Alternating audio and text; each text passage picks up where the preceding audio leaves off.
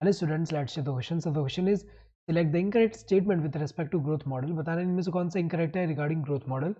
Ideally, as Darwin observed, when resources in the habitat are unlimited, each species has the ability to realize fully its innate potential to grow in number. ये सही दिया है. एक particular area में अगर unlimited resource होंगे तो यहाँ पे each species में ability होगा कि वो जो है maximum reproduction show कर पाए और इससे maximum offspring produce कर पाए. तो innate potential क्या होता है? Maximum rate of increase in the population under ideal condition. तो अगर हम देखें यहाँ पे ये जो है डार्विन ने जब उन्होंने डेवलप किया थियोरी ऑफ नेचुरल सिलेक्शन उसमें ये सेम थिंग जो है ऑब्जर्व किया. सही दिया है. The R in exponential growth equation is called the intrinsic rate of natural increase. सही दिया हुआ है यहाँ पे क्योंकि अगर हम देखें यहाँ पे एक्सपोनेंशियल ग्रोथ का equation N T equals to N naught E raise to R T. यहाँ पे एन टी क्या है? Population density after time T. N naught क्या है? Population density at time 0. E क्या है यहाँ पे? The base of natural logarithms.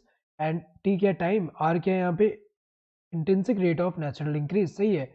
1981 the R value for human population in India was 0.0205. ये सही है. इंडिया में अगर हम देखें जो 1981 में ह्यूमन पॉपुलेशन का जो आर वैल्यू कितना था? 0.0205. सही है.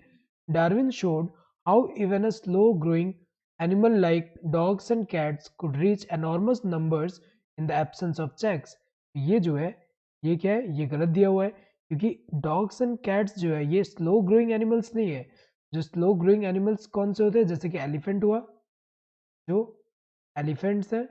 अगर हम देखें इन्होंने बताया कि जो एलिफेंट्स है ये स्लो ग्रोइंग एनिमल जैसे कि एलिफेंट है वो भी अगर हम देखें एनॉर्मस नंबर शो करते हैं in the absence of checks. जैसे कि अनलिमिटेड जो लिमिटेड रिसोर्स हुआ यहाँ पे जैसे कि लिमिटेड रिसोर्स हुआ देन जो हंटिंग हुआ इसके अलावा कंपटीशन इन सबको अगर हम इनके एब्सेंस में अगर हम देखें तो क्या होगा? यहाँ पे एनॉर्मस नंबर शो करता है. तो ये जो है ये तो इनकरेक्ट है.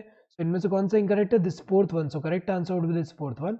Hope you understood the question. Thank you and all the best.